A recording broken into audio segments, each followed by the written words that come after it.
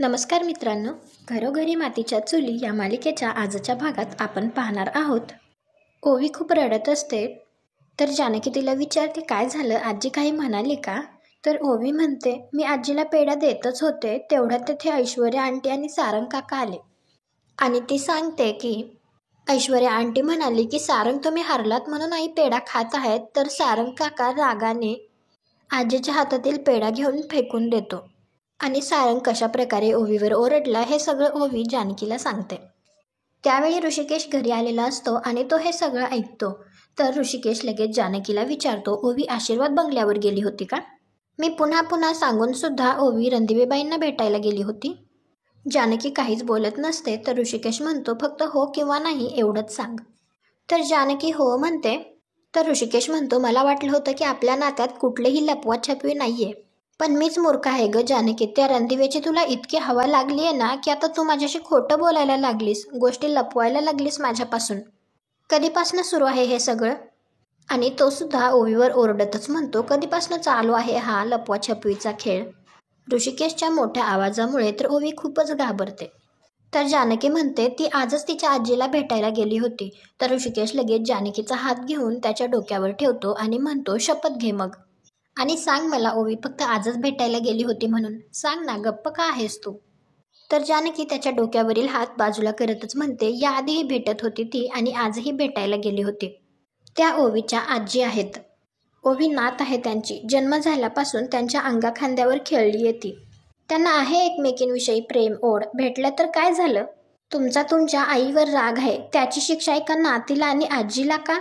मी मान्य करते माझं चुकलं, मी नाही सांगितलं, तुमच्यापासून लपवलं, कारण मला माहीत होतं हे तुम्हाला नाही आवडणार आणि त्याहीपेक्षा या सगळ्याचा तुम्हालाच खूप त्रास होईल हेही मला माहिती होतं. पण तुम्ही पण थोडं समजून घ्या ना. आईंना आणि ओवीला एकमेकींविषयी प्रेम आहे, ओढ आहे. त्या जर एकमेकींना भेटत असतील तर काय चुकीचं आहे मला सांगा ना. तर ऋषिकेश म्हणतो, काय चुकलं? तर ऋषिकेश ओवीला पुढे घेतच तिच्याकडे बोट दाखवत म्हणतो, हे चुकलं. नात आहे नाही त्यांची, मग कुठलीही आजी नातीच्या डोळ्यात अश्रू येऊ देत नाही.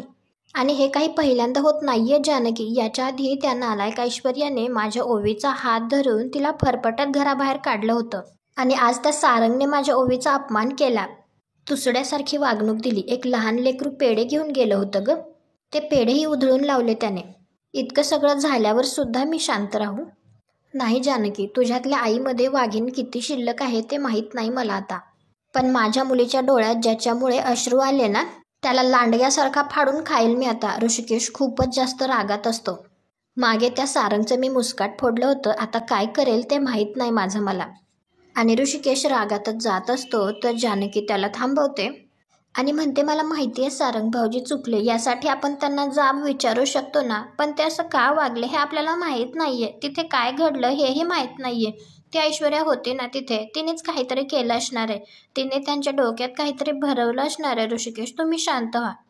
ऋषिकेश खूपच रागात असतो, परंतु जानकी काही ऐकत नसते. तर ऋषिकेश म्हणतो, तुला शपथ आहे रणदिवे कुटुंबाची, मला अडवायचं नाही आता. तर समोर ओवी असते. तर ओवी लगेच पुढे येत म्हणते, सॉरी बाबा, मी परत तिकडे नाही जाणार आता.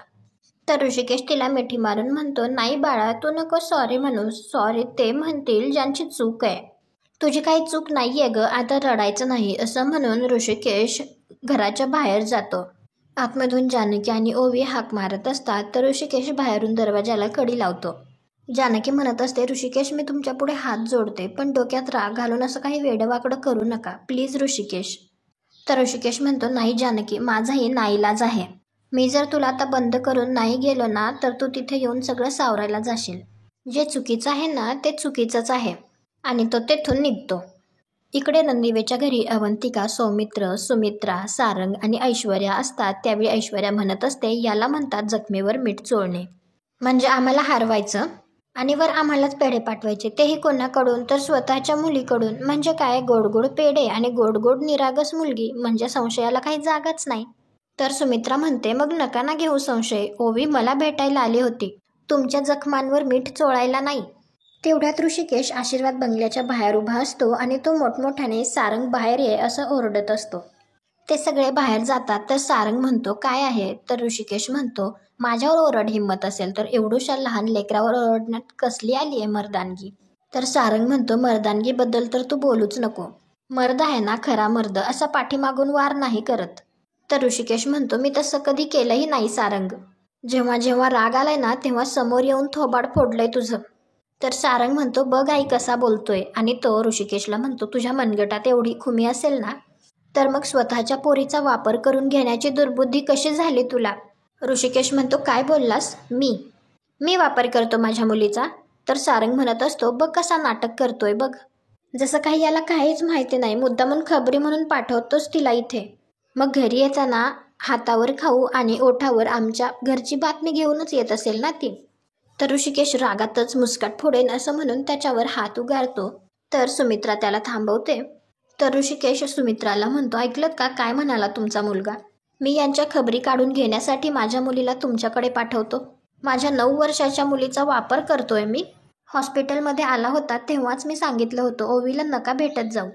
घराबाहेर काढताना वाटलं नाही का इतक्या लाडक्या नातीपासून कसं दूर राहू. मग आता तुमचं जे उतू चाललेलं प्रेम आहे ना त्याला आवर घाला सुमित्रा रणदिवे. कारण तुमची माणसं खऱ्याची खोटं आणि खोट्याचं खरं करायला बरोबर शिकलेत हो. काय ना, आमच्या घरात लेकी बाळींचे लाड पुरवले जातात. त्यांचा वापर करून घेण्याची रीत तर यांनी सुरू केली आहे ना. ही तुमची सून ऐश्वर्या.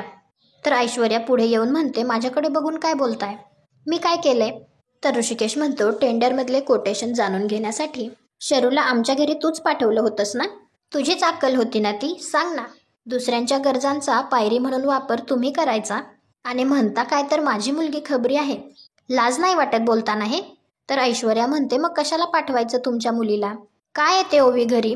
तर ऋषिकेश म्हणतो, बास, तुझ्या घाणेरड्या तोंडून माझ्या मुलीचं नाव घ्यायचं नाही हा ऐश्वर्या. तर सारंग म्हणतो, दादा तोंड सांभाळून बोल. तर ऋषिकेश म्हणत असतो, नाहीतर काय मारणार आहेस का? आणि सारंगच्या अंगावर तो धावून जातो. तर सौमित्र मध्ये येऊन त्यांना अडवतो. इकडे जानकीला खूप काळजी वाटत असते की तिकडे काय होत असेल. तर ओवी म्हणते, माझ्यामुळे सारंग काका आणि बाबांचं भांडण होईल ना ग. तर जानकी म्हणत असते, असं नाही बाळा, तुझ्यामुळे काहीच होत नाहीये. ओवी म्हणत असते, माझ्यामुळेच होतंय. मी जर आजीला भेटायला गेले नसते तर हे झालंच नसतं. आणि ती खूप रडत असते. तर जानकी म्हणते, कोणालाच कळत नाहीये पण या दोन्ही घरांना जोडणारा दुवा आहेस तू. लहान आहेस तू पण खरं शहाणपण तुझ्यातच आहे. तुझ्यातला निरागसपणा आणि शहाणपणा मोठ्यांनी घ्यायला हवा ग. तर ओवी म्हणत असते, मग सगळे मोठे आहेत ना, मग ते का घेत नाहीयेत शहाणपणा? तर जानकी म्हणते, तूच म्हणालीस ना बाळा, ते मोठे माणसं आहेत. माणूस जसा जसा मोठा होत जातो ना तसा तसा त्याचा इगो पण मोठा होत जातो. आणि एक वेळ अशी येते की माणसाला स्वतःपेक्षा इगो मोठा वाटायला लागतो.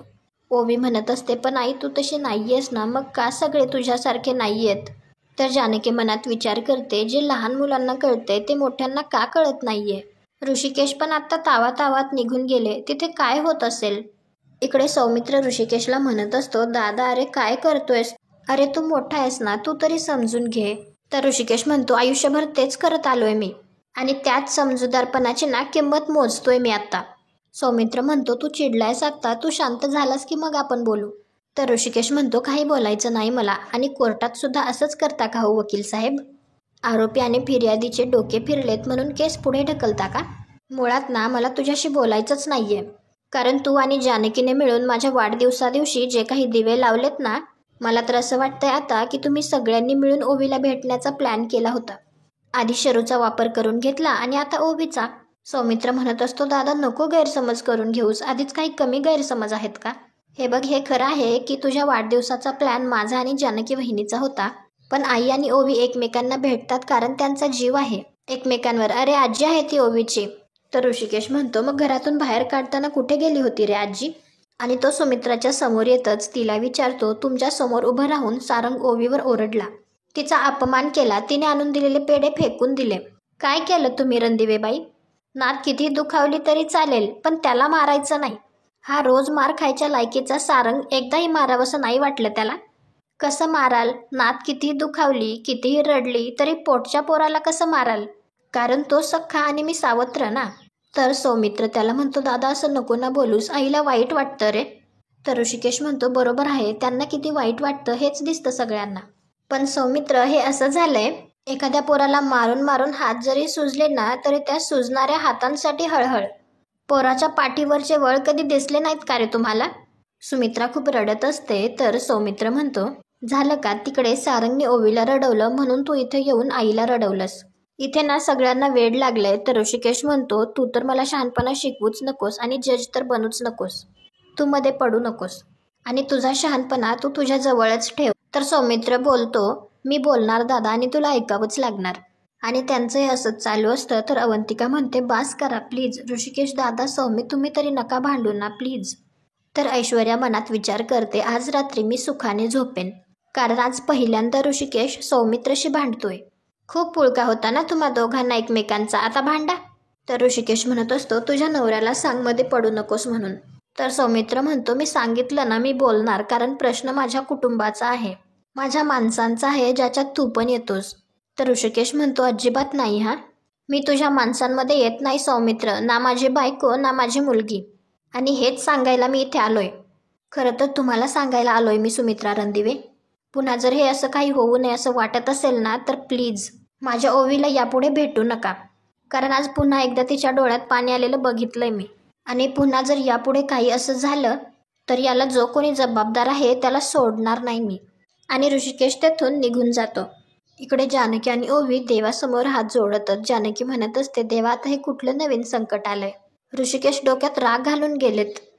त्यांच्या हातून काही अनर्थ घडता कामा नये, गोष्टी टोकाला जाता कामा नये देवा. आता तूच काहीतरी चमत्कार घडव आणि हे क्लेश भांडणं सगळं दूर पाठव रे देवा. आता तूच काय ते बळ दे. इकडे सुमित्रा नानांना म्हणत असते या मुलांच्या भांडणात ना एक आजी आणि एक नात हरली हो. खरं सांगू का माझ्या या घराच्या आनंदाला ना कायमची उतरती कळा लागली, दृष्ट लागली आपल्या या घराला. आणि खरं सांगू का कळतच नाहीये कोण जबाबदार आहे. तर नाना तू असं म्हणतात तर सुमित्रा म्हणते मी. आणि नाना खुणावतात तर सुमित्रा म्हणते किती हलके कान ठेवले, स्वतःच्या मनाचं ऐकलं नाही, नको त्या लोकांवर विश्वास ठेवला. बरोबर बोलताय तुम्ही, माझी चूक आहे सगळी. मी जानकीला घराबाहेर काढलं आणि आपल्या घरातलं सुख शांतता सगळं निघून गेलं. ते जर परत आणायचं असेल तर मला जानकीला या घरात परत आणावंच लागेल. पण मी हे नाही करू शकत. मला फक्त एवढंच कळतंय की काय वाटेल ते झालं तरी मला माझ्या नातीला माझ्या ओवीला भेटायचंय, कोणी कितीही बंदी घातली ना तरीही. इकडे ऋषिकेश घरी परत येतो तर जानकी त्याला विचारते काय झालं, काय केलं तुम्ही. तर ऋषिकेश म्हणतो माझ्याकडून ऐकायचंय का तुला. नाही कशाला, थांब ना थोडा वेळ, तुझी तिकडची माणसं आहेत ना ते तुला सांगतील सगळं फोन करून. माझ्या मुलीसोबत वागायची शिस्त नाहीये त्यांना आणि मला आईसोबत कसं बोलायचं याचे संस्कार शिकवतायत. बास झालं जानकी, आता तुमच्या दोघींची लपवाछपी पकडली मी आज. एक गोष्ट लक्षात ठेव, यापुढे माझ्या पाठीमागे तुमच्या मायलेकींचा कुठलाही खेळ नाही खेळायचा, कळलं. तर जानकी म्हणते या खेळामुळेच तुमच्या मुलीच्या चेहऱ्यावर आनंद दिसतोय. ती तिच्या आजीला जेव्हा भेटते ना तेव्हा खरंच तिला खूप आनंद होतो ऋषिकेश. तुम्हीच म्हणता ना की तुम्ही तुमच्या मुलीच्या डोळ्यात कधीच अश्रू बघू शकत नाही, मग त्याच डोळ्यात तिच्या आजीला भेटून जर आनंद दिसत असेल तर तो का थांबवताय. ऋषिकेश म्हणतो मला जे सांगायचंय ते सांगितलंय तुम्हाला आणि त्यांनाही बोलून आलोय जे बोलायचं ते. चांगलंच धमकावलंय मी त्यांना आता आणि तुम्हालाही ताकीद देतोय, यापुढे त्या घरातल्या कोणाशीही कुठलेही संबंध नाही ठेवायचे. ना माझी बायको तिथे जाणार ना माझी मुलगी. आणि आजचा भाग इथेच संपतो. पुढील भागात आपल्याला पाहायला मिळणार आहे ओवी सुमित्राला फोनवर म्हणत असते मला तुझ्याशिवाय नाही करमत ग. तर सुमित्रा म्हणते उद्या मी लपून छपून तुझ्या शाळेत तुला भेटायला येते. आणि हे ऐश्वर्या ऐकते. त्यानंतर दुसऱ्या दिवशी ऐश्वर्या एका दुसऱ्या माणसाला फोनवर ऋषिकेशला बोलायला सांगते आणि त्याला म्हणायला सांगते की काय खेळ चालवलाय तुम्ही ऋषिकेश दादा. एकीकडे म्हणता की माझा आणि बाकी रणदिवेचा काही संबंध नाही आणि दुसरीकडे तुमची मुलगी तुमच्या आईसोबत लपाछपी खेळते. आणि हे सगळं ऐकून ऋषिकेश ओवीच्या शाळेत जातो आणि त्यांना एकत्र पाहतो. त्यानंतर इकडे सुमित्राचा काहीच पत्ता लागत नसतो. तर ऐश्वर्या म्हणते आपण जानकीच्या घरात शोधू. त्यानंतर सारंग काही माणसं घेऊन ऋषिकेशच्या घरी येतो आणि म्हणतो जर माझी आई सुखरूप माझ्या घरी नाही आली ना तर तुम्हाला जेलची हवा खावी लागेल सावत्र रणदिवे. तुम्हाला काय वाटतं सुमित्रा कुठे गेली असेल, कमेंट करून नक्की सांगा. व्हिडिओला लाईक करा, आपल्या मराठी मालिका चॅनलला सबस्क्राईब करा. भेटू उद्याच्या भागात.